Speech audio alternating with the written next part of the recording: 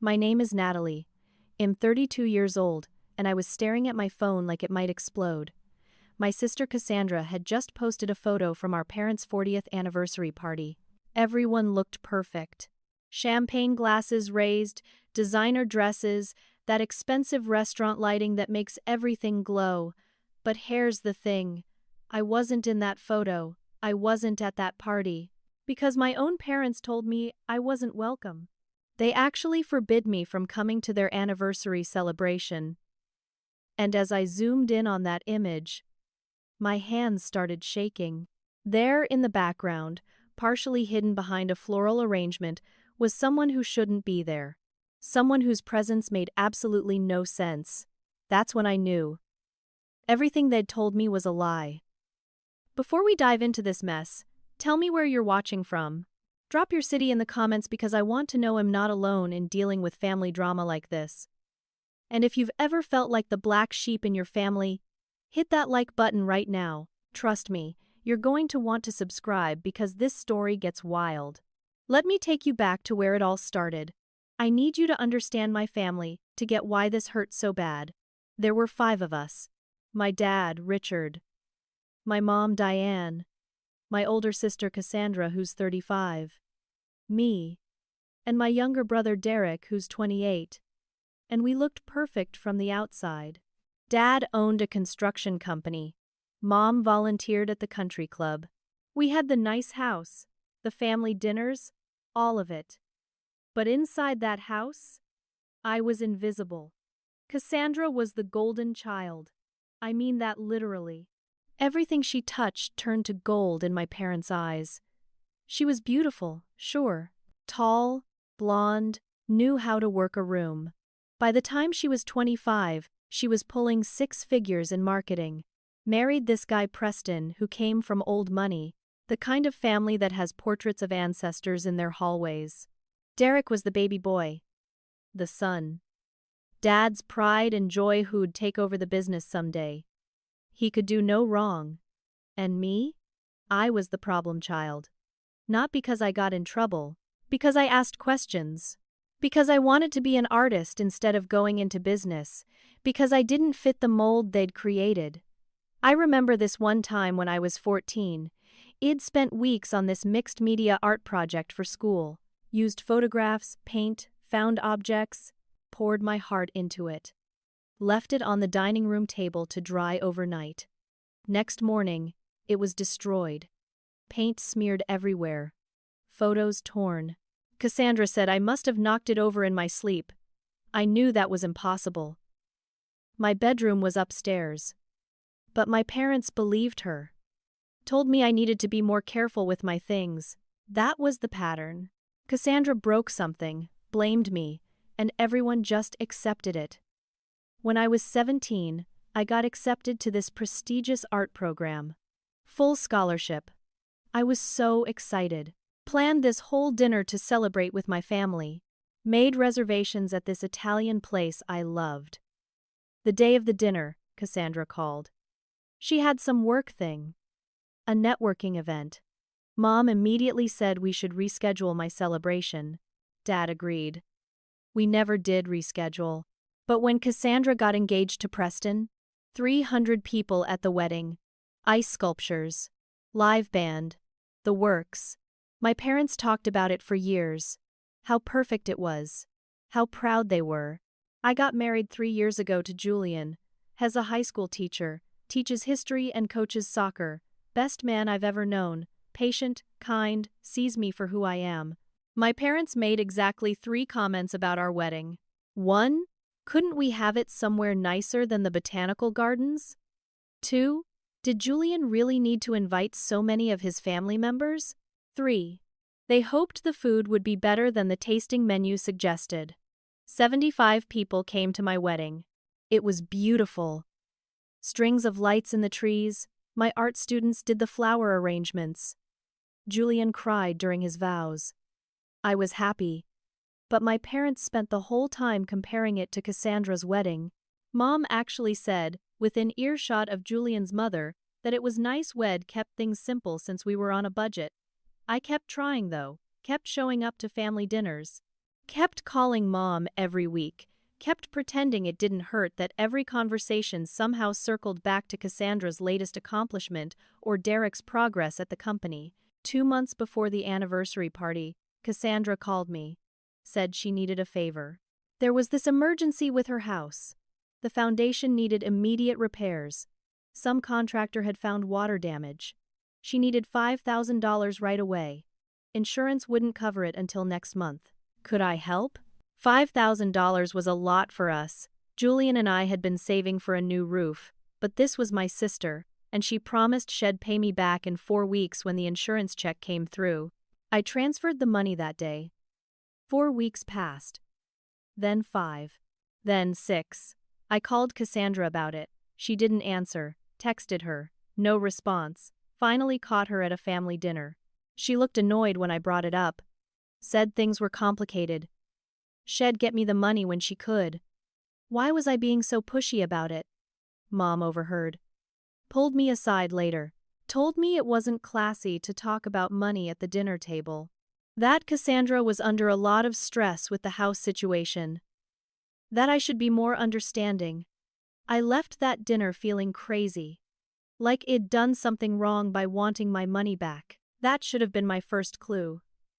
But I didn't see it yet. I still thought if I just tried harder, if I was just more patient, my family would see me, would value me. I was wrong. 6 weeks before the anniversary party, our family group chat exploded with messages. Mom had sent this long, excited text about celebrating 40 years of marriage. Big party planned. The works. She wanted everyone's input on dates and venues.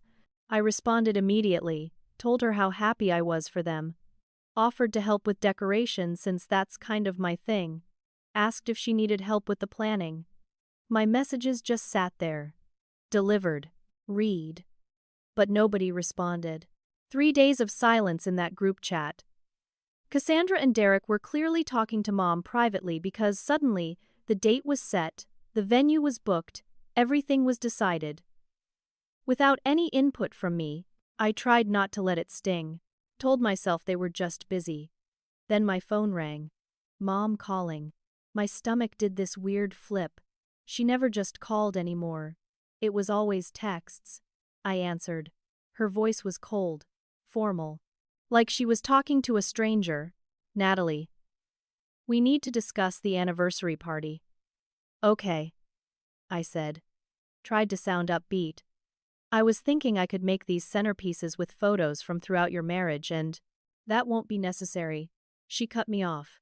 Your father and I have made a decision. We don't think it's appropriate for you to attend the party. The room tilted. I actually had to sit down. What? Why? Cassandra has shared some concerns with us. About your recent behavior. My behavior? What are you talking about? Mom sighed. That disappointed sigh I'd heard my whole life. The jealousy, Natalie. The inappropriate comments about Preston. The way you cause drama at family events. I felt like I'd been punched. I've never said anything inappropriate about Preston. I haven't caused any drama. What is she talking about? This is exactly what Cassandra said you'd do. You can't take responsibility for your actions. My dad got on the phone then. I heard Mom hand it to him. Natalie. His voice was firm. Final. We've decided it's best, if you don't come to the party. We want this to be a peaceful, happy occasion. Your sister shouldn't have to deal with your negativity on our special day. Dad. I don't understand what I did wrong. Can we please talk about this in person? We've made our decision. But the money, I said. Couldn't help myself. Cassandra still owes me $5,000 for her foundation repairs. Can we at least? He exploded. Actually yelled at me. This is exactly the problem, Natalie. You're always keeping score. Always making everything about money. Your sister has been incredibly patient with you, and this is how you repay her. The line went dead. Head hung up on me. I sat there holding my phone, tears running down my face. What just happened? Julian came home an hour later and found me still sitting in the same spot. When I told him, his face went red. He wanted to call my parents right then. Tell them exactly what he thought of them. I stopped him. Some stupid part of me still hoped this could be fixed. That if I just explained better, apologized more, they'd understand it was all a misunderstanding. I texted Derek. My little brother. We'd always been close when we were kids. Derek, can you call me? Something weird is happening with the anniversary party and I need to talk to someone. He responded 2 days later. Just stay away from the party, Nat. Don't make this worse. That was it. No explanation. No support. Just confirmation that I was the problem. I tried one more time. Sat down and wrote this long email to my parents. Told them I loved them. That I didn't understand what I'd done wrong, but I was sorry if I'd hurt anyone. That I'd love to sit down and talk in person, work through whatever the issue was. That family was important to me and I didn't want to lose them. I poured my heart into that email. Hit send. Waited. 1 week passed. Finally, Mom responded. One sentence. Your father and I have made our decision. Please respect it. That was it. I was officially uninvited from my own parents' anniversary party. Cast out. And I still didn't know why. The day of the party came. I tried to distract myself. Went to my art studio in the garage. Julian had converted it for me when we bought the house. I stood in front of a blank canvas with a brush in my hand, and couldn't make a single mark. All I could think about was them. Laughing without me. Celebrating without me. Had I really been that terrible? Was I actually the problem and just couldn't see it? Julian made dinner. I couldn't eat. He held me while I cried and told me over and over that I hadn't done anything wrong, that my family was treating me terribly, that I deserved better, but when your own parents don't want you around, it's hard to believe you deserve anything at all. Around 8 that night, I made the mistake of looking at my phone. I'd been avoiding social media all day. Didn't want to see the party photos. Didn't want to feel that rejection again. But I looked, and there it was. Cassandra's Instagram story, posted 30 minutes ago. The photo was beautiful, professional quality. My parents stood in the center. Mom in this elegant navy dress, Dad in a suit I'd never seen before. They were smiling.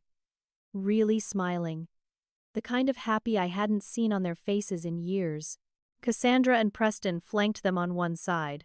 Her in some designer thing that probably cost more than my monthly mortgage. Him looking uncomfortable in that way rich people do when they're being photographed. Derek and his girlfriend Simone were on the other side. Everyone holding champagne, the private dining room behind them all warm lighting and flowers. The caption made my stomach hurt. Celebrating 40 years of love. Best parents ever. So blessed to have this family. I wanted to throw my phone across the room. Instead, I zoomed in. Looked at every detail.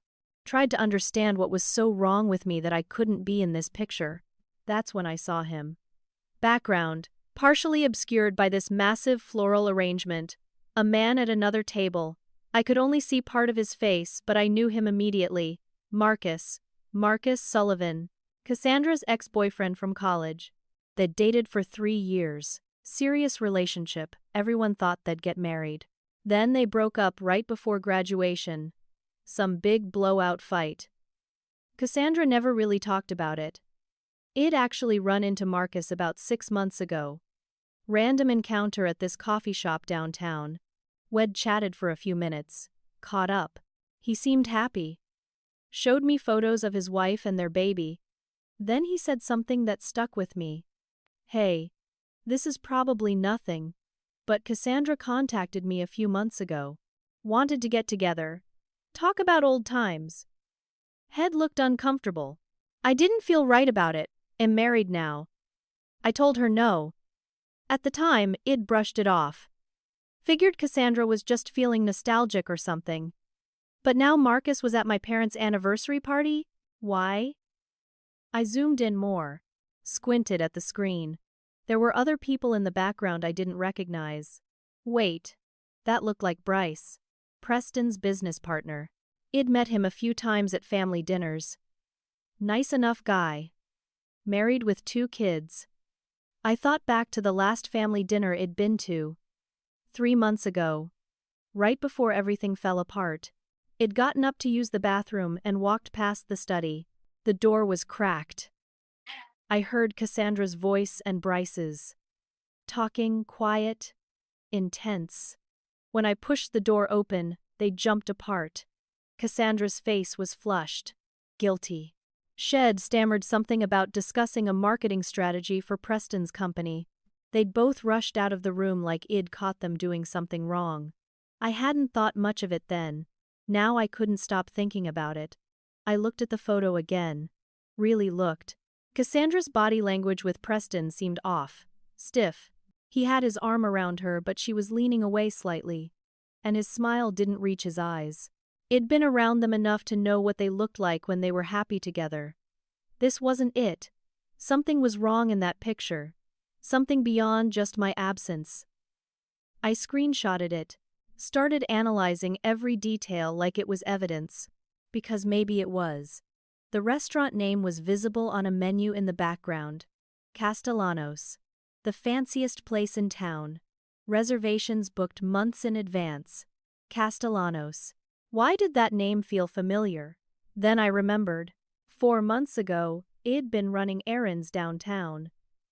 Stopped for lunch at this little sandwich place. While I was waiting for my order, I happened to look across the street, into the windows of Castellanos. I saw Cassandra, sitting at a table. Tuesday afternoon. Shed told Mom she was at a work conference that week. I remember because Mom had mentioned it at our weekly phone call. But there was Cassandra. Having lunch with a man. I couldn't see his face. I'd waved through the window, thinking I'd go say hi after I got my food.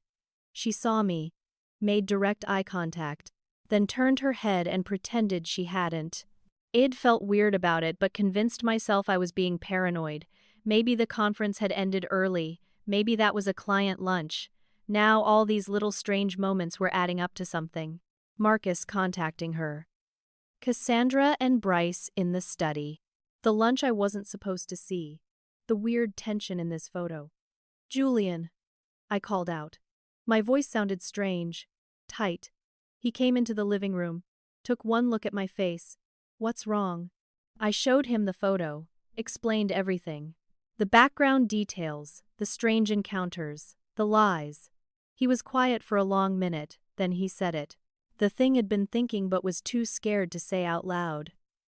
You think Cassandra's having an affair. I think she's having an affair and she made me the scapegoat. It was starting to make horrible sense. Preston came from this extremely traditional family. Old money. Religious. Conservative. They had rules about everything. One of those rules was no divorce. Preston's grandfather had set up this trust fund that Preston and Cassandra benefited from. Millions of dollars. But there was a morality clause. If either of them committed adultery, they'd be cut off completely. What if Cassandra was cheating? What if she knew I was starting to notice? What if she decided to make me look unstable, jealous, dramatic before I could say anything? That way, if I ever mentioned my suspicions, no one would believe me. They'd just think it was crazy, jealous Natalie making up lies about perfect Cassandra. I looked at Julian. She set me up. Yeah, he said quietly. I think she did. We stayed up until 3 in the morning. Going over everything. Making lists. Trying to figure out what to do next. Because if I was right, this was bigger than just me being excluded from a party. This was my sister deliberately destroying my reputation to cover up her own mistakes. This was my parents choosing to believe her lies over my truth. And I needed to prove it. I couldn't sleep. By 6 the next morning, I was sitting at the kitchen table with coffee and my laptop. Julian came down an hour later and found me surrounded by notes. Okay, I said. If I'm going to do this, I need actual proof. Not just suspicions. First call I made was to Marcus. Got his number from an old contact list. Id kept from Cassandra's college graduation party. My hands shook while I dialed. He answered on the third ring. Hello, Marcus. Hi, it's Natalie. Cassandra's sister. Silence. Then, oh. Hey, Natalie. Is everything okay? I need to ask you something. And I need you to be completely honest with me. I explained what had happened. The party exclusion. The lies Cassandra had told about me. The photo from last night. Marcus was quiet for so long I thought he'd hung up. Marcus. I'm here. He took a deep breath. Natalie. I should have said something months ago. I feel terrible that I didn't. My heart started pounding. Said something about what? Cassandra didn't just contact me once. She's been messaging me for 8 months. 8 months. He continued. It started casual. Just checking in. Asking how I was doing. Then the messages got more frequent. More personal. She started saying things about her marriage. That she and Preston weren't happy. That Shed made a mistake letting me go. Oh my God. She wanted to meet up. For coffee at first. Then she suggested dinner. Drinks. She was pretty clear about what she wanted, Natalie. I showed the messages to my wife. We decided the best thing was to block her number. Do you still have those messages? Yeah, I saved them, just in case. My wife thought we might need them someday. Marcus. Would you be willing to share them? If I needed them to prove what's really going on. He hesitated. If it helps clear your name? Yes. You didn't deserve what they did to you.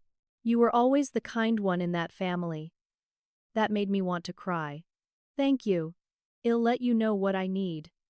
After I hung up, I sat there shaking. I had proof. Real proof that Cassandra was lying about her marriage. Pursuing her ex. Being the exact person Shed painted me as. Next, I called Simone. Derek's girlfriend. They'd been together for 2 years. She was smart, studying law, and we'd always gotten along. Simone, hey, are you free for coffee? Just you and me, she agreed immediately. Actually, I've been wanting to talk to you. Is 11 okay? We met at this little place near campus. She got there first, stood up to hug me when I walked in. I'm so glad you called. We ordered coffee. Sat down. She leaned forward. Natalie, something really weird happened at the party last night. I pulled out my notebook. Tell me everything. Okay, so first of all, the whole vibe was off. Your parents seemed happy, but Cassandra and Preston barely spoke to each other, like, all night. They stood together for photos, but that was it. Preston was drinking way more than usual. I've never seen him have more than 2 glasses of wine. Last night he was on his 5th scotch by 9. Anything else? Yeah. I went to the bathroom around 8:30. Had to walk past this hallway near the private rooms.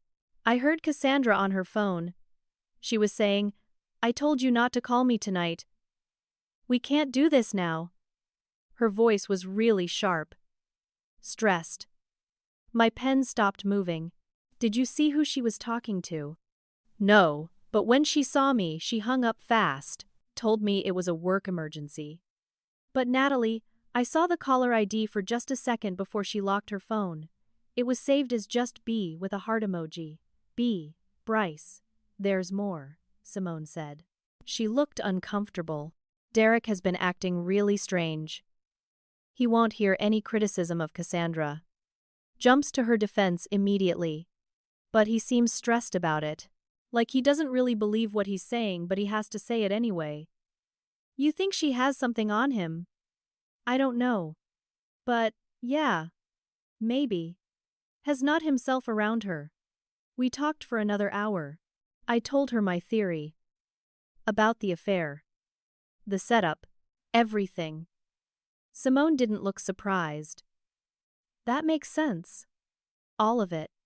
And honestly, I never believed the things they said about you.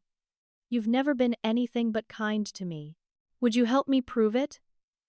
I can't do this alone. She didn't hesitate. Yes. I don't like seeing you hurt like this. And I don't trust Cassandra. The third piece came from an unexpected source. Gerald Hutchins, my parents' accountant, had handled their finances for 20 years, also did Cassandra and Preston's books. I'd always liked Gerald. Had given me a savings bond for my high school graduation. Sent a card when I got married. I called him that afternoon. Gerald, it's Natalie. Do you have some time to meet? I have questions about a financial matter. We met at his office the next day. He greeted me warmly, but I could see the concern in his eyes. Is everything all right, Natalie? I decided to be direct. I lent Cassandra $5,000 2 months ago. She said it was for an emergency foundation repair. I haven't been able to get the money back or even get her to talk to me about it. Gerald's face changed. Went from friendly to confused. What foundation repair? She said there was water damage. Emergency contractor. She needed the money right away. He shook his head slowly. Natalie, I handle Preston and Cassandra's finances. All of them. There was no foundation repair, no emergency. My stomach dropped. Are you sure? He turned to his computer, pulled up files. He probably shouldn't have shown me, but I could tell he was worried. Look, here's their account activity for the past 6 months. He turned the screen toward me. See these withdrawals? All cash, different amounts. $2,500 here, $3,000 there, $1,500. They add up to almost $30,000 over 6 months. I stared at the screen. What did she say they were for? Personal expenses, miscellaneous. I asked her about it twice. She said Preston knew and it was private. But Natalie, I've been doing this a long time. I can tell when someone's spouse actually knows about spending. Preston doesn't know. What does this pattern usually mean? Gerald looked grim. In my experience, 3 things: gambling, affair, or blackmail. I felt sick. Gerald, did anyone else ask about this? My parents, maybe. He hesitated. Client confidentiality warring with concern. Finally, your mother called me 3 weeks ago, asked if I'd noticed anything unusual with Cassandra's finances. I couldn't give her details, but I confirmed there was unusual activity. She thanked me and hung up. 3 weeks ago. Right before I was banned from the party. So my parents knew something was wrong. It seems that way. I left Gerald's office with copies of the withdrawal records. He gave them to me saying this was a family matter and I had a right to know if my sister had lied to me about money. That night, Julian and I sat down with everything I'd gathered: Marcus' messages, Simone's testimony, Gerald's financial records. This is enough, Julian said. You could confront them now. Not yet. I need to catch her actually doing it. On camera if possible. Otherwise she'll just lie her way out of it. Say the messages were old. That the money was for something else. That I'm making it all up because I'm jealous. So what do you want to do? I want to follow her. Document where she goes. Who she's with. Make it impossible for her to deny. Simone called me the next day. Derek mentioned Cassandra and Preston are going to their lake house this weekend. Their annual couples retreat thing. Friday through Sunday. Perfect. A weekend away. If Cassandra was going to meet Bryce, that would be the time. Marcus' friend who worked at Bryce's company confirmed that Bryce had taken Friday and Monday off. Told everyone he was going hiking upstate. Wouldn't say where exactly. Everything lined up. We made our plan. Saturday, we'd surveil the lake house. Document everything. Then on Sunday, my mother texted me. First contact in 6 weeks. Your father and I need to talk to you. Can you come to the house Sunday afternoon at 2? My hands were shaking when I showed Julian. Simone called 10 minutes later. Natalie. Derek let something slip. Cassandra's been telling your parents you're unstable. I think Sunday might be an intervention. They're going to try to convince you that you need psychiatric help. The rage I felt in that moment was unlike anything I'd ever experienced. My own sister was going to gaslight me, make me think I was crazy, all to cover up her own affair. We're not letting that happen. Julian said. His voice was steel. Saturday morning, we drove to the lake house. Julian, Marcus, and me. We parked down the road. Waited. Hours passed. I started to doubt myself. Maybe I was wrong. Maybe Cassandra really was working on her marriage. Then at 2 p.m., a car pulled up.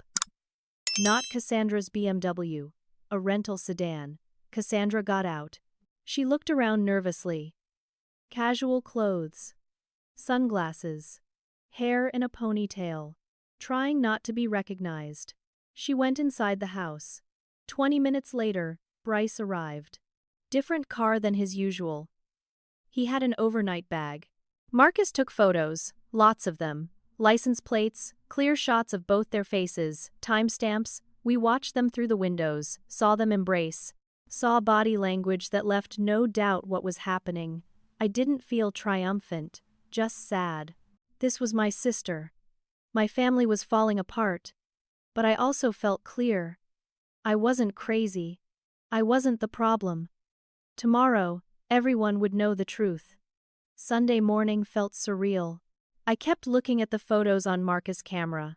Clear, undeniable evidence of Cassandra and Bryce together. Julian made me eat breakfast, even though I felt sick.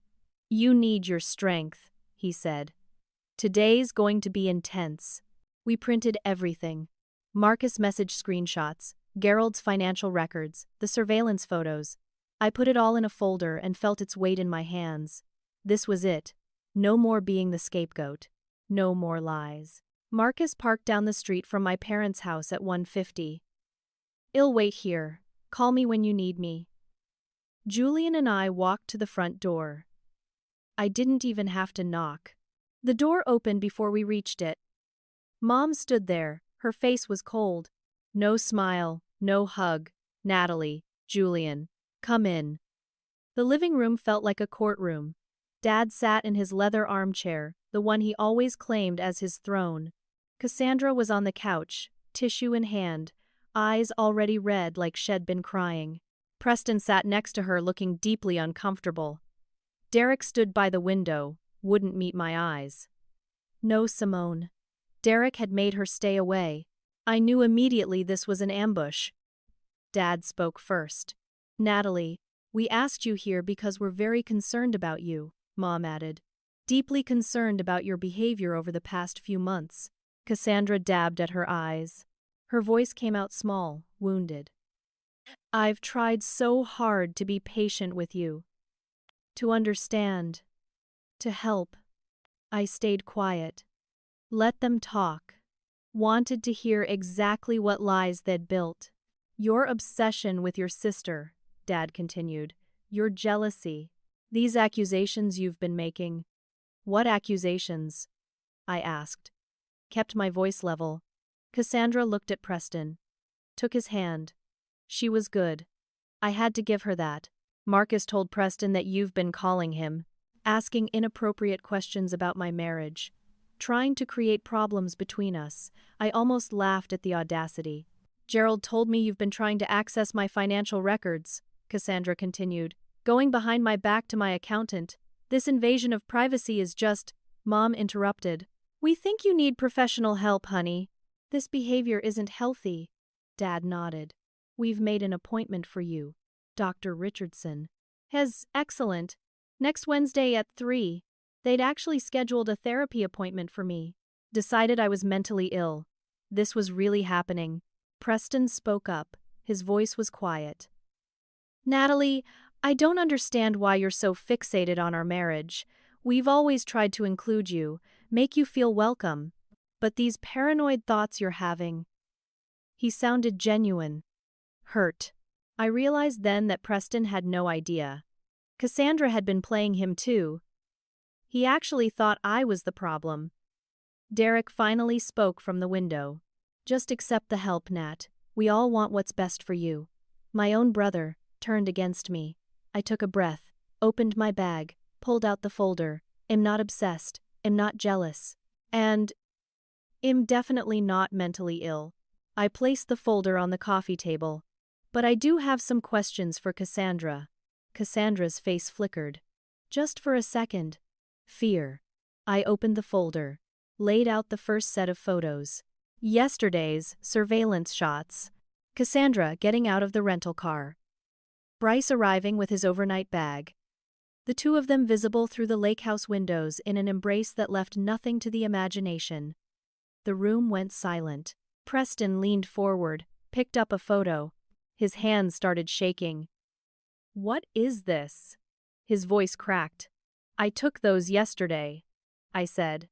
"At the lake house where Cassandra told you she was preparing a romantic surprise weekend for you two." Mom reached for a photo. Her face went pale. "Natalie, where did you—" "I followed her. Because I knew she was lying." Dad stood up. "These could be doctored, photoshopped." I pulled out the next stack. "These are messages between Cassandra and Marcus. 8 months of messages. Her pursuing him, telling him her marriage was failing, asking him to meet up with her." I looked at Cassandra. "Want to tell everyone what you wanted to meet up for?" "Those are fake." Cassandra's voice rose. The perfect victim mask was slipping. I texted Marcus. "Come now. To my family, Marcus is outside." "Hell, verify everything." Cassandra stood up. "This is insane. You're crazy." I pulled out Gerald's financial records, $30,000 in cash withdrawals over 6 months. "Gerald gave me these officially." "Want to explain where that money went, Cassandra? Because you told me 5,000 of it was for emergency foundation repairs that never happened." Mom took the papers from Dad. Her hands were shaking. "Diane, what is this?" Preston was staring at the photos. You could see his heart breaking in real time. "You told me you were at the lake house. You said you wanted to surprise me. You said you were trying to fix us." Cassandra turned to him. Tears streaming now. "Preston, I can explain." "Explain what?" His voice was loud now, angry. "That you're sleeping with my business partner? That you've been lying to me for months? Years? How long?" Derek moved from the window. Looked at the evidence on the table. Even he couldn't deny this. "Cassie, how long?" The doorbell rang. Julian answered. Brought Marcus in. When Cassandra saw him, something broke. She started crying harder. "You're all conspiring against me." "This is a setup." Marcus looked directly at Preston. "Man, I'm sorry. I should have told you months ago. I didn't think it was my place, but I was wrong." He pulled out his phone. Showed the screen. "These are the messages she sent me. I blocked her number back in March, but I kept the evidence. Romantic messages. Desperate messages. Sexual messages. All from my sister to her ex-boyfriend." Preston's face crumbled. He stood up, looked at Cassandra. "How long have you been sleeping with Bryce?" "Preston, please, you don't understand the pressure I was under." "How long?" The room went silent. Cassandra's voice came out small. "A year. Maybe longer." Mom gasped. Actually gasped. Dad's face turned red. "A year." Preston's voice broke. "We've been in marriage counseling for 6 months. You looked me in the eye every week and said you wanted to fix our marriage. While you were screwing my business partner." Derek backed away from Cassandra like she was a stranger. "But I wasn't done. I had to make sure they understood all of it. You want to know the best part?" I looked at my parents. "The reason I wasn't invited to your anniversary party." I pulled out my phone. Showed them Cassandra's Instagram photo. Zoomed in on Bryce in the background. "Cassandra told you I was jealous, unstable, causing drama, making inappropriate comments about Preston. She got me banned from family events." "Why?" I looked around the room. "So I wouldn't notice her affair. So that if I ever said anything, you'd already think I was crazy. She set me up, made me the scapegoat, isolated me from my own family. All to cover up the fact that she was destroying her marriage." Mom sat down heavily on the couch. "Oh my God." Dad turned to Cassandra. His voice was ice. "You lied to us about your sister." Cassandra was cornered, desperate. "You don't understand. Natalie has always gotten attention for being the victim. Perfect little struggling artist, while I had to be successful. Do you know the pressure I was under? To be perfect all the time? To live up to your expectations. So, you framed me. I stepped closer. You took $5,000 from me under false pretenses. You tried to convince my own family that I was losing my mind. She had no answer, no defense that would work. Preston was putting on his coat. I'm leaving. Don't. Contact me. My lawyer will be in touch tomorrow. He looked at Cassandra one more time. I loved you. I really did. I would have done anything to make you happy. And you threw it all away. He walked out. The door closed behind him with a finality that echoed through the room. Dad looked at Cassandra. For the first time, I saw disappointment in his eyes when he looked at his golden child. You've disgraced this family. Mom was crying. Natalie, I am so sorry. We should have listened to you. We should have believed you. Derek came over to me. I'm sorry I didn't believe you. She told me you were jealous, that you were trying to ruin her marriage. I should have known better. You're my sister and I failed you, but I felt empty. This wasn't the victory it imagined, just wreckage. A family torn apart. Cassandra ran upstairs. I heard her old bedroom door slam. Like a child hiding from consequences. Dad looked at me. His voice was quieter now. Uncertain. What do you want us to do, Natalie?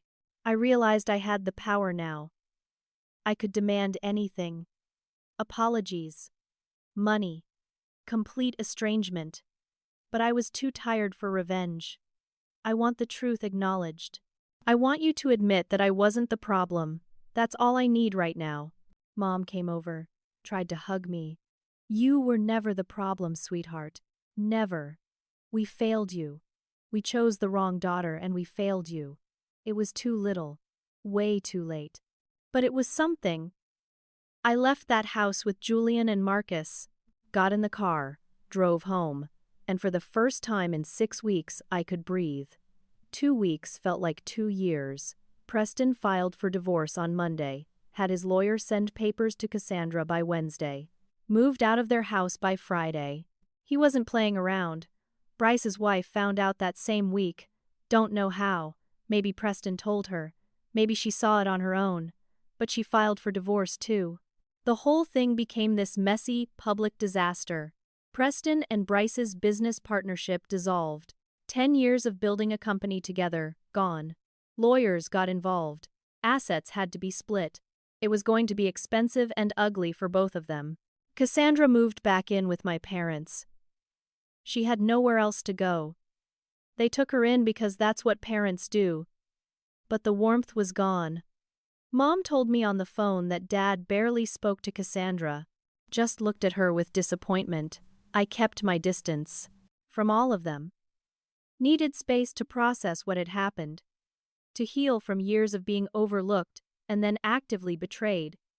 Julian was incredible through it all. Never said, I told you so. Never pushed me to cut them off or forgive them. Just held me when I cried and reminded me that I was worthy of love. Marcus checked in every few days. Just wanted to make sure you're okay. We'd become unlikely allies through this mess. Derek and Simone came over 3 weeks after the confrontation. Derek looked tired, older somehow. I need to apologize, he said. We were sitting on my back porch. Really apologize. Not just say sorry but explain how badly I failed you. Derek. No, let me say this. He took a breath. Cassandra told me you were jealous of her, that you'd always been jealous. She said you were making up lies about her marriage because you wanted to see her fail. She told me you'd been calling Marcus and bothering him, that you were trying to access her private financial information. And you believed her. I believed her because it was easier than facing the truth. That our family was broken. That Mom and Dad had always chosen her over us. That it'd been complicit in treating you like you didn't matter. His voice cracked. I'm your brother. I should have protected you. Instead, I helped them hurt you. Simone squeezed his hand. He's been in therapy. We both have. Good, I said. Meant it. I'm in therapy too. We talked for hours that day. Really talked. About growing up in that house. About the patterns wed all accepted as normal, about how to move forward, Derek asked. Do you think you'll ever forgive Mom and Dad? I don't know, maybe. But it has to be different. They have to actually change, not just say they will. 3 weeks after the confrontation, I got an envelope in the mail. No return address. Inside was a printed email chain between Cassandra and my mother, dated from 3 months ago. Right before I was banned from the anniversary party, my hands shook as I read. Cassandra's email to Mom. Natalie has been making comments about my marriage. I think she suspects something. We need to keep her away from family events until I figure out what to do. Mom's response. Are you in trouble, sweetheart? Is everything okay with Preston? Cassandra. Everything is fine, but you know how Natalie gets. Jealous and dramatic. If she starts spreading rumors, it could damage my reputation. Mom. What do you need me to do? Cassandra. Can you and Dad uninvite her from the anniversary party? Make up some excuse about her behavior? Just until things settle down. I felt sick reading it. But I kept going. Mom, that seems harsh, Cassie. She's your sister. Cassandra. Mom, please.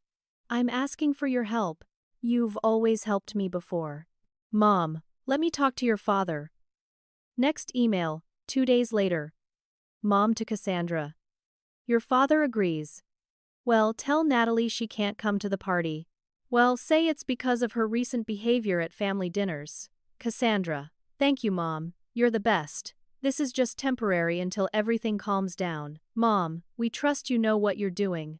We just want peace in the family. There were more emails. Updates from Cassandra about the Natalie situation. Claiming I was stalking her. Making wild accusations. Suggesting I needed professional help. Then Dad joined the email chain. Maybe we should arrange therapy for Natalie. Cassandra. Great idea, Dad. She clearly needs it. They'd planned the whole intervention together. All of them, against me. The envelope included a typed note. Thought you should know the whole truth. A friend. I never found out who sent it. Maybe Gerald. Maybe someone else who had access to my parents' emails. It didn't matter. What mattered was that my mother's betrayal went deeper than I'd known. She hadn't just believed Cassandra's lies. She'd helped create them. Actively conspired to exclude me and make me look unstable. I showed Julian the emails. He was furious. We're done with them. Completely done. I called Derek. He came over that evening. Read the emails. Looked sick. Mom knew. She helped plan the whole thing. Derek confronted our parents that night. Called me afterward from his car. They admitted it. Said they were trying to protect Cassandra.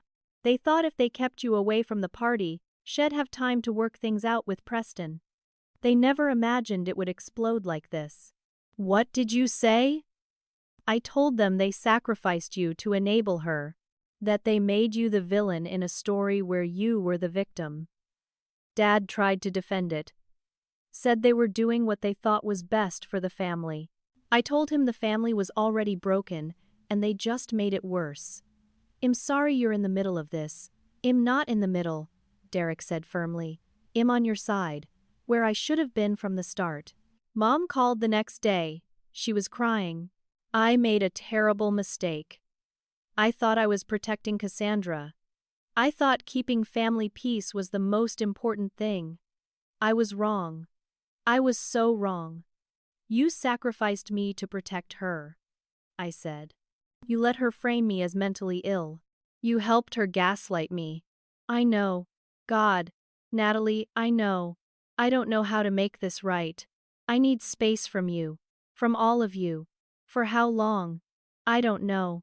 Maybe a long time. Maybe forever. I hung up. Dad never called. Too proud or too ashamed.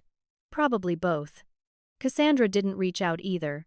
She was dealing with her own destruction. The divorce was vicious. Preston's family cut her off completely. Her social circle evaporated. She'd built her whole identity on being Mrs. Preston Montgomery. Now she was just Cassandra, the woman who cheated on her husband with his business partner. I didn't feel satisfaction watching her fall apart, just sadness. She'd destroyed her own life and nearly destroyed mine in the process, but I was still standing, hurt, yes, changed, definitely, but standing. I had Julian. I had Derek and Simone, slowly rebuilding trust. I had Marcus, this unexpected ally. I had my art, my work, my life. And I had myself. For the first time, I had a clear understanding of who I was separate from my family's judgment. I wasn't the problem child. I wasn't difficult or dramatic or jealous. I was just someone who'd had the misfortune of being born into a family that couldn't love me the way I deserved. That wasn't my fault. And I was done carrying their guilt. 3 months after everything fell apart, I started seeing Dr. Helena. Real therapy. Not the intervention my family had planned to gaslight me, but actual healing. She had this office with plants everywhere. Natural light. It felt safe. "Tell me why you're here," she said in our first session. "I need to understand why my family treated me the way they did. And I need to stop feeling like maybe I deserved it." Dr. Helena nodded. "Let's start with this. In dysfunctional family systems, there's often a scapegoat and a golden child. The golden child can do no wrong. When they act out, the scapegoat gets blamed. It's a pattern, not a reflection of your worth." Over the next weeks, we unpacked years of pain, all the times I'd been dismissed, all the times Cassandra's behavior was excused while mine was scrutinized, all the times I'd doubted my own reality because my family told me I was wrong. "What do you want now?" Dr. Helena asked one day. I thought about it. Really thought. I want to be free. Not angry, just free. What does freedom look like? Not needing their approval anymore. Not waiting for them to finally see me. Just living my life on my own terms. "That's good work," she said. "That's really good work." My art changed during this time. Got more honest. More raw. I painted what I'd been through. The isolation, the gaslighting, the moment of standing in my parents' living room with evidence in my hands. A local gallery reached out. They'd seen some of my work on social media. Wanted to do a showing in December. Feature local artists who were doing bold, emotional work. I said yes. Julian helped me prepare. We spent evenings in my studio, him offering opinions on placement and lighting, while I tried not to overthink everything. The opening night came. Cold December evening. The gallery was packed. Derek and Simone came. They'd been slowly becoming real family to me, the kind who showed up and meant it. Preston came too. That surprised me. Had moved forward with the divorce. Started dating someone new. A teacher like Julian. Someone kind and real. "I wanted to come," he told me, looking at my paintings. "To say thank you for telling the truth. I deserve to know. My only regret is that you paid such a high price for my freedom." We became friends after that. Both of us survivors of Cassandra's destruction. Both of us rebuilding. My parents didn't come to the showing. I hadn't invited them. But they saw photos on social media. Mom texted, "Your art is beautiful. I'm proud of you." I didn't respond. Not to be cruel. Just to protect my peace. I was learning that I didn't owe anyone access to my life, not even the people who raised me. Cassandra reached out in January via email. Subject line: "I need to explain." The email was long, rambling, full of excuses and justifications. She claimed she'd been mentally unwell, that the affair was a cry for help, that the pressure of being the perfect daughter had broken something inside her. She apologized but made it all about herself. "I hope one day you can forgive me." I read it once. Felt nothing. No anger, no sadness, just detachment. I didn't respond. Dr. Helena said, "You don't owe her forgiveness. Forgiveness is something you do for yourself, not for her. And it doesn't require reconciliation." I focused on my life instead. My marriage to Julian was stronger than ever. We talked about everything now. No more trying to keep peace or avoid conflict, just honest communication. We bought a small house in March, had a little yard. Julian converted the garage into a proper studio for me, my own space to create. I built a new community, friends from the art world who valued authenticity over image. People who didn't require me to shrink myself to make them comfortable. One day in April, I ran into Dad at the grocery store. Completely unexpected. He looked older, tired. Natalie. He seemed startled. How are you? I'm well. You. Managing. Your mother misses you. I nodded. Didn't commit to anything. Cassandra is struggling, he said. The divorce has been very difficult for her. And there it was. Even now, he was more concerned about Cassandra than about how I was doing. I hope she finds the help she needs. I said. Meant it. Family is family. Natalie. Eventually, we need to move past this. I took a breath. Dad, I have moved past it. I've moved past being treated as less than. I've moved past being the scapegoat.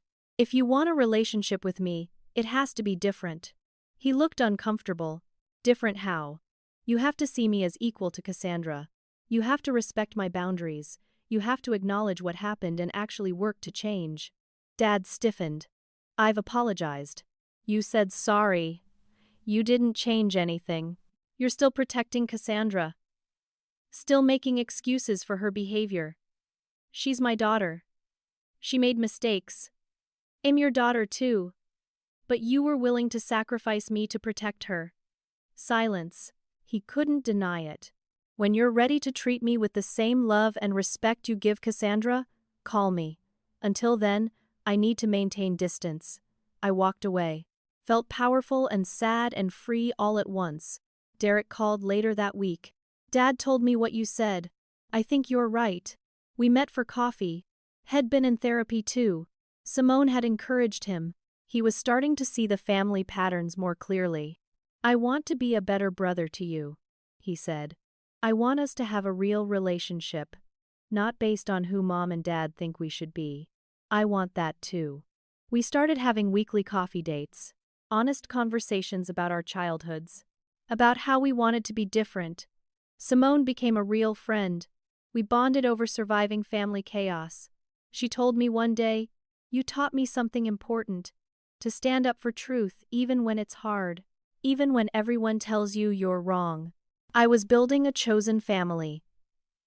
Julian, Derek, Simone, Preston, Marcus, people who saw me clearly and valued me. That was worth more than a genetic family who couldn't. I didn't wish harm on Cassandra or my parents, but I didn't need them anymore. I was complete without their approval. I had my own love, my own life, my own truth. And that was enough. The first anniversary of the party that changed everything arrived in November. 1 full year since I'd been forbidden from celebrating my parents' 40th anniversary. 1 year since Cassandra posted that photo. 1 year since my life imploded and then rebuilt itself into something better. My art career had taken off. That December show led to more opportunities. A gallery in New York City wanted to represent me. They were planning a spring exhibition. Me, a kid from the suburbs who'd been told art wasn't a real career, getting a show in New York. Julian and I were talking about starting a family. Actually trying. The idea of being someone's mother terrified me in the best way. I wanted to do it right. To raise a child who never doubted they were loved and seen. Derek called in early November. Simone and I are getting married. I screamed. Actually screamed with joy. Oh my God, when? June. And Nat, I want you in the wedding party. You're the family member I trust most. That made me cry. Good tears this time. I'm honored. Really honored. There's something I need to ask you about though. He sounded nervous. Mom and Dad. I want them there. They're my parents. But I'm not inviting Cassandra. Is that going to be weird for you? Having them there without her? Derek. It's your wedding. Your choice. I support whatever you decide. You'd be okay being around them. I think so. It's been a year. I'm in a better place. The months leading up to the wedding, Mom tried reaching out more. Tentative texts. Thinking of you. Saw this article about art therapy and thought of your work. I responded sometimes. Short, polite messages. We weren't close. Might never be close again. But we were communicating. Dad was slower to come around. Pride is a hell of a drug. But he sent a card for my birthday in March. Inside had written, "Proud of the woman you've become." It wasn't much, but it was something. The wedding arrived. Beautiful June day. Outdoor ceremony at a vineyard. Simone looked stunning. Derek looked nervous and happy. I stood up with Simone's bridesmaids. Wore a dress I actually liked. Smiled genuinely because I was genuinely happy. Mom and Dad arrived together. Mom came straight to me. "You look beautiful, sweetheart." "Thank you. I've been in therapy. Working to understand my role in everything. Understanding how I failed you." She looked older. More vulnerable. "I'm trying to be better." "I appreciate that." Dad gave me a brief hug. "Good to see you." It was stiff. Awkward. But it was contact. Derek's vows mentioned family, loyalty, truth. "I promise to always believe you. To stand by you even when it's hard. To choose honesty over comfort." He looked at me when he said it. I teared up. At the reception, Mom asked to talk privately. We stepped outside to the vineyard patio. "I need you to know something," she said. "I was wrong about everything. I protected the wrong daughter. I valued appearance over truth. I damaged you in ways I'm only beginning to understand. Real tears, real remorse. Thank you for saying that. Can we start over?" "I don't think we can start over," I said honestly. "But maybe we can start something new. Something based on truth instead of appearances." She nodded. "I'd really like that." We hugged. It wasn't forgiveness. Not yet. But it was a beginning. Dad approached before we went back inside. "I heard what your mother said. She's right about all of it. He wasn't eloquent, never had been, but he was trying." I was so focused on Cassandra's success, on maintaining a certain image. I forgot to see your success. I forgot to see you at all. I needed to hear that. I'm proud of you. Of who you've become. Despite us. Maybe because you got away from us. It wasn't perfect. But it was honest. Later, Julian and I danced. "How are you feeling?" he asked. "Good. Really good. I think I'm ready to let them back in. Carefully. With boundaries. On my terms. I'll support whatever you choose. But don't forget what they did. I won't. That's exactly why it has to be different this time." Over the next months, we rebuilt slowly.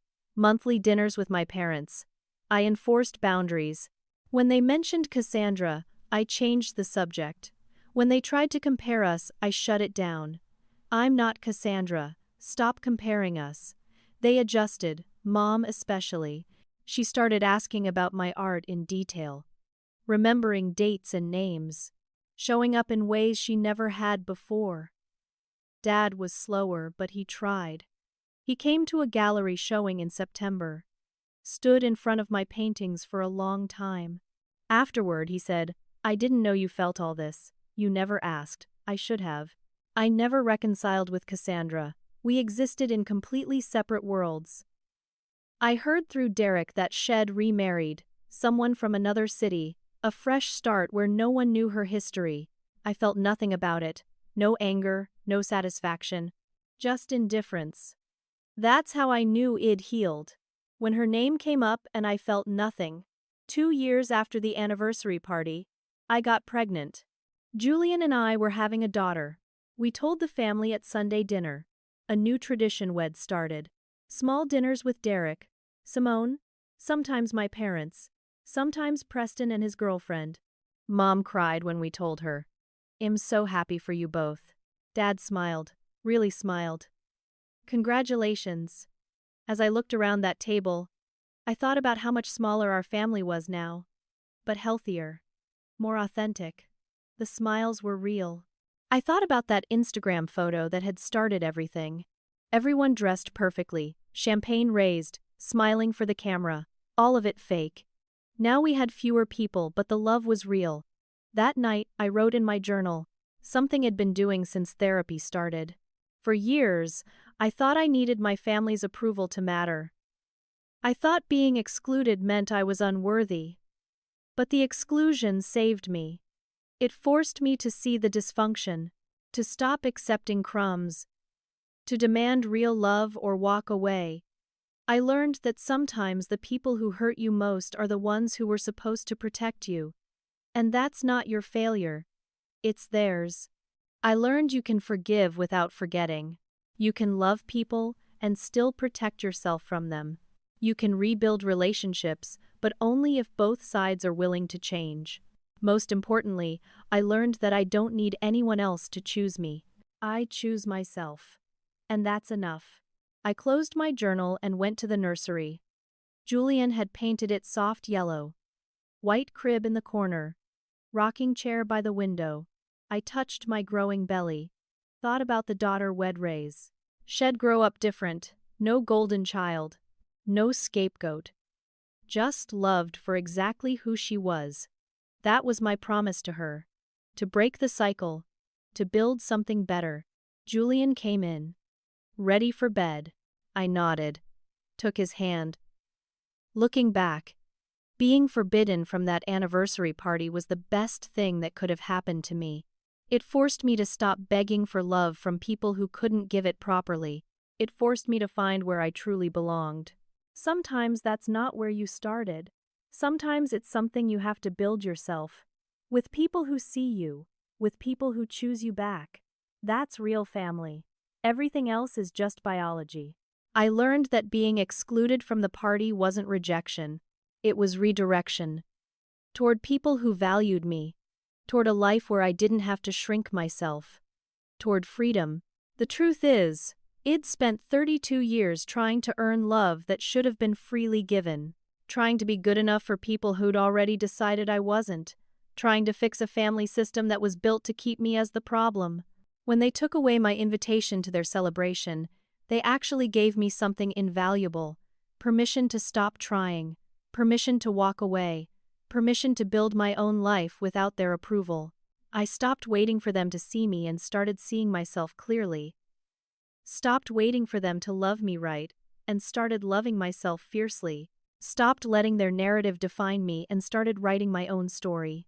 The woman in that Instagram photo, the sister who'd schemed and lied and betrayed, she was living in her own prison now. One built from her choices, her consequences. I was free. Free from the need to prove myself. Free from the weight of being the scapegoat. Free from a family system that required me to fail so someone else could succeed. My daughter would grow up knowing she was enough, just as she was, without conditions, without comparisons, without having to earn basic love and respect.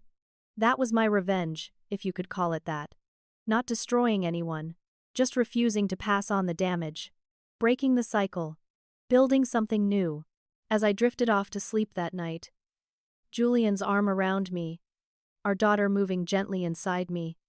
I thought about that moment a year ago, staring at my sister's photo, seeing what was hidden in the background, choosing to investigate instead of accepting their version of reality. That choice changed everything. Sometimes you have to lose your family to find yourself. Sometimes being forbidden from the party is how you discover you were never meant to be a guest. You were always meant to be free. And I was free. Finally. Completely, beautifully free. So tell me, have you ever been the scapegoat in your family? Have you ever had to choose between keeping the peace and standing up for your truth? Drop your story in the comments because I'd love to hear from you. And if this story resonated with you, hit that like button and subscribe.